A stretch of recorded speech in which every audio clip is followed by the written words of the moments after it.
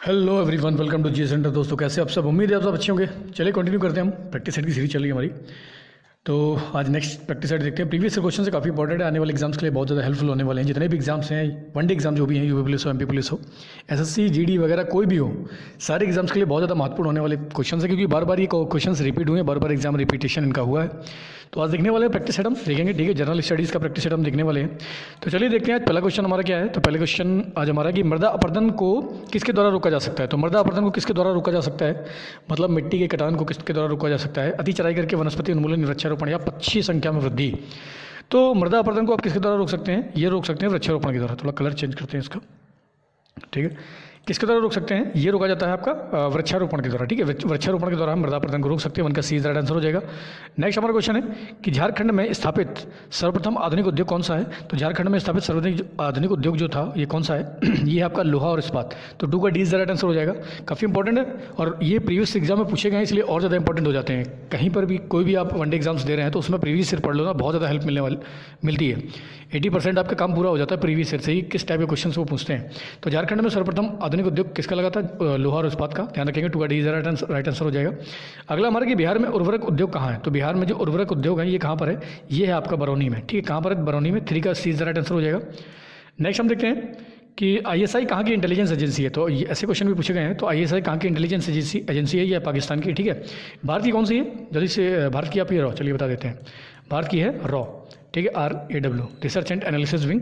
चलो जल्दी से कमेंट करो कि चाइना की कौन सी, चाइना की जो इंटेलिजेंस एजेंसी है इसका नाम बताओ कमेंट करके, ठीक है। नेक्स्ट हम क्वेश्चन देखते हैं कि ताश कहाँ की न्यूज एजेंसी है। ताश कहाँ की न्यूज एजेंसी है? ये है आपकी रूस की।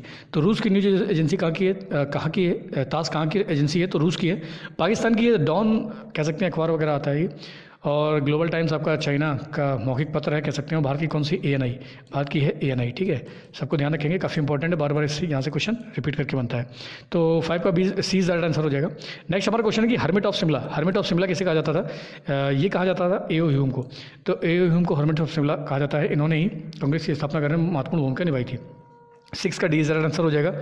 नेक्स्ट हम क्वेश्चन देखते हैं कि गोपाल कृष्ण गोखले ने कर्जन को किसकी तुलना दी थी। तो गोपाल कृष्ण गोखले ने जो कर्जन थे उनको औरंगजेब की तुलना दी थी। तो 7 का डी राइट आंसर हो जाएगा कि गोपाल कृष्ण गोखले ने कर्जन को किसकी तुलना दी थी? तो औरंगजेब की, ठीक है। नेक्स्ट हमारा क्वेश्चन है कि किसको विवेकानंद ने शेरनी कहा था, टैगोर ने लोकमाता कहा था और अरविंदो घोष ने अग्निशिखा कहा था। तो काफ़ी इंपॉर्टेंट है ये। तो किसको कहा गया था? विवेकानंद जी के द्वारा शेरनी, टैगोर के द्वारा लोकमाता और अरविंदो घोष के द्वारा अग्निशिखा, ये कहा गया था मार्गरेट नोबेल को, ठीक है। ध्यान रखेंगे। 8 का एज राइट आंसर हो जाएगा। अगला क्वेश्चन हमारा कि 1906 में जो कलकत्ता के कांग्रेस अधिवेशन में सर्वप्रथम किसने स्वराज की मांग की थी। तो स्वराज की मांग करने वाले कौन थे? दादा भाई नौरोजी थे। सबसे पहले स्वराज की मांग किसने करी थी?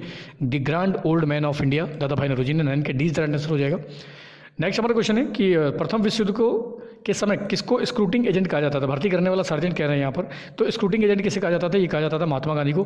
ध्यान रखेंगे, ये भर्ती करने वाला। महात्मा गांधी को उम्मीद थी कि शायद अंग्रेजों का साथ देने की वजह से वो इतने खुश हो जाएं और आज़ादी दे के हमको चले जाएंगे, लेकिन ऐसा कुछ नहीं हुआ, सब उल्टा हो गया, ठीक है। तो 10 का 20 राइट आंसर हो जाएगा। उसके बाद सारे आंदोलन शुरू होते हैं।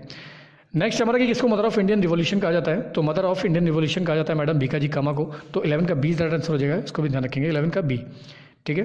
नेक्स्ट हमारा क्वेश्चन है कि मुस्लिम लीग ने किस वर्ष मुक्ति दिवस मनाया था। तो मुक्ति दिवस ध्यान रखेंगे कब मनाया गया था? 1939 में मुस्लिम लीग के द्वारा मुक्ति दिवस मनाया गया था, ठीक है। जब कांग्रेस ने कार्यकारिणी परिषद से पूरा इस्तीफा दे दिया था तो उन्होंने खुश हो गए थे, मुस्लिम लीग वाले खुश हो गए थे, ठीक है। तो इसलिए मुक्ति दिवस मनाया था। तो 12 का डी राइट आंसर हो जाएगा हमारा। नेक्स्ट हमारा क्वेश्चन है कि संविधान सभा की पहली बैठक कब हुई थी। तो ये हुई थी आपकी 9 दिसंबर 1946 को। यहाँ से 7 हटा देंगे, ठीक है। क्या हटा देंगे? या 7, 1946। तो 9 दिसंबर 1946 को कब हुआ था? 1946 को, इसको ध्यान रखेंगे, ठीक है। संविधान सभा की पहली बैठक हुई थी 1946 में, 9 दिसंबर को। नेक्स्ट हमारा क्वेश्चन है कि दिल्ली सल्तनत में एकता प्रणाली का प्रारंभ किसने किया था। तो एकता प्रणाली की शुरुआत करने वाले कौन थे? ये थे इल्तुतमिश। तो इल्तुतमिश ने एकता प्रणाली की शुरुआत कहाँ करी थी? दिल्ली सल्तनत में प्रथम बार, ठीक है। तो काफ़ी इंपॉर्टेंट है। 14 का 20 राइट आंसर हो जाएगा। नेक्स्ट हमारा क्वेश्चन है कि टॉमस रो किसके समय में भारत आया था। तो टॉमस रो किसके समय में भारत आया था? अकबर के, जहांगीर के, शाहजहाँ के या औरंगजेब के? जल्दी बताओ। टॉमस रो बहुत इंपॉर्टेंट है, बहुत बार एग्जाम में इसको रिपीट किया गया है। तो टॉमस रो किसके समय आया था? ये आया था आपका जहांगीर के समय आया था। कब आया था? जहांगीर के समय आया था। 15 का 20 राइट आंसर हो जाएगा। ध्यान रखेंगे इसको। नेक्स्ट हमारा क्वेश्चन है जप्ती प्रणाली का जन्मदाता। जप्ती प्रणाली का जन्मदाता किसे कहा जाता है? टूडरमल को कहा जाता है। 16 का सी राइट आंसर हो जाएगा कि जप्ती प्रणाली का जन्मदाता टूडरमल को कहा जाता है। नेक्स्ट हमारा क्वेश्चन है कि इलाही गज का प्रचलन करवाया था, किसने कराया था? ये इलाही गज चली थी अकबर के समय पर। तो 17 का सी राइट आंसर हो जाएगा कि इलाही गज का जो प्रचलन था ये अकबर ने करवाया था, ठीक है। ध्यान रखेंगे इसको। नेक्स्ट हमारा क्वेश्चन है कि किस मुगल सम्राट को जिंदा पीर कहा जाता था? जिंदा पीर किसको कहा जाता था? औरंगजेब को। ठीक है, जिंदा पीर किसको कहते थे? औरंगजेब को। 18 का सी राइट आंसर हो जाएगा। संगीत का बड़ा अच्छा ज्ञाता था ये, लेकिन इसने अपने साम्राज्य में पूरी तरीके से संगीत को बैन करा दिया था। नेक्स्ट हमारा क्वेश्चन है कि लोधी वंश का शासक जिसने सर्वप्रथम राजधानी को दिल्ली से आगरा स्थानांतरित किया था, तो किस लोधी वंश के किस शासक ने राजधानी को दिल्ली से आगरा बनाया था? ये था सिकंदर लोधी, ध्यान रखेंगे। गुलरुखी नामक कविता लिखा करता था, तो इसने राजधानी को दिल्ली से आगरा स्थानांतरित कर दिया था। आगरा की स्थापना भी इसी ने की थी, सिकंदर लोधी ने। ठीक है, ध्यान रखेंगे इसको। नेक्स्ट हमारा क्वेश्चन है कि भारत का जो आदर्श वाक्य है सत्यमेव जयते, कहाँ से लिया गया है? सबको पता होगा, मुंडक उपनिषद से लिया गया है। 20 का 20 राइट आंसर हो जाएगा। तो कहाँ से लिया गया? मुंडक उपनिषद से। ठीक है, नेक्स्ट हमारा क्वेश्चन है कि भूगोल का जनक किसे कहा जाता है? तो भूगोल का जनक ये कहा जाता है हिकेटियस को। तो 21 का ए राइट आंसर हो जाएगा। बहुत बार एग्जाम में इसको रिपीट किया गया है, तो सारे प्रीवियस क्वेश्चन है, इसलिए बहुत ज़्यादा इंपॉर्टेंट है।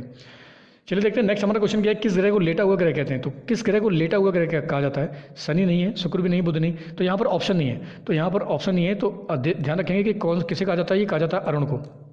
किस कहा जाता है? यूरेनस को कहा जाता है। ठीक है, अरुण वरुण, तो यूरेनस और नेपच्यून है, तो अरुण को कहा जाता है यूरेनस को। तो लेटा हुआ ग्रह किसे कहते हैं? अरुण को कहते हैं। तो 22 का अरुण आंसर हो जाएगा। इनमें से कोई नहीं। ठीक है, ये भी नहीं होगा, ये भी नहीं होगा आपका, ये भी नहीं होगा और ये भी नहीं होगा, तो चारों नहीं होंगे, अरुण होगा इसका राइट आंसर। नेक्स्ट हमारा क्वेश्चन है कि किस ग्रह को लाल ग्रह कहा जाता है? कहते हैं लाल ग्रह किसको कहते हैं? मंगल को कहते हैं, सबको पता ही होगा। 23 का सी राइट आंसर हो जाएगा। नेक्स्ट हमारा क्वेश्चन है कि सूर्य की किरणें को पृथ्वी तक पहुंचने में कितना समय लगता है? तो सूर्य की किरणों को पृथ्वी तक पहुंचने में कितना समय लगता है? 8 मिनट 16 सेकंड के आसपास लगता है, लेकिन बाई ऑप्शन अगर देखते हैं तो 8 मिनट 20 सेकंड यहाँ पर दिया गया है। 24 का ए राइट आंसर हो जाएगा। 8 मिनट 20 सेकंड के आसपास लगता है लगभग। ठीक है, नहीं, लास्ट हमारा क्वेश्चन है किस ग्रह को सांझ का तारा या भोर का तारा कहा जाता है? तो ये कहा जाता है आपका शुक्र को। ठीक है, पृथ्वी की बहन भी कहा जाता है, सांझ का तारा, भोर का तारा, सब कहा जाता है इसको। तो 25 पर 20 राइट आंसर हो जाएगा। तो काफ़ी इंपॉर्टेंट क्वेश्चन से बार बार एग्जाम में रिपीट हुए प्रीवियस क्वेश्चन से, तो इनको देख लो। लगातार डेली लगभग हम लोग एक प्रैक्टिस सेट सोल्व करते हैं, तो बहुत ज़्यादा इंपॉर्टेंट आने वाले एग्जाम्स के लिए, जितने भी वनडे एग्जाम से बहुत ज़्यादा हेल्प करने वाला है ये। तो इसी तरीके से लगातार पढ़ाई करो, लगातार मेहनत करो। आज के लिए इतने बहुत है। जय हिंद।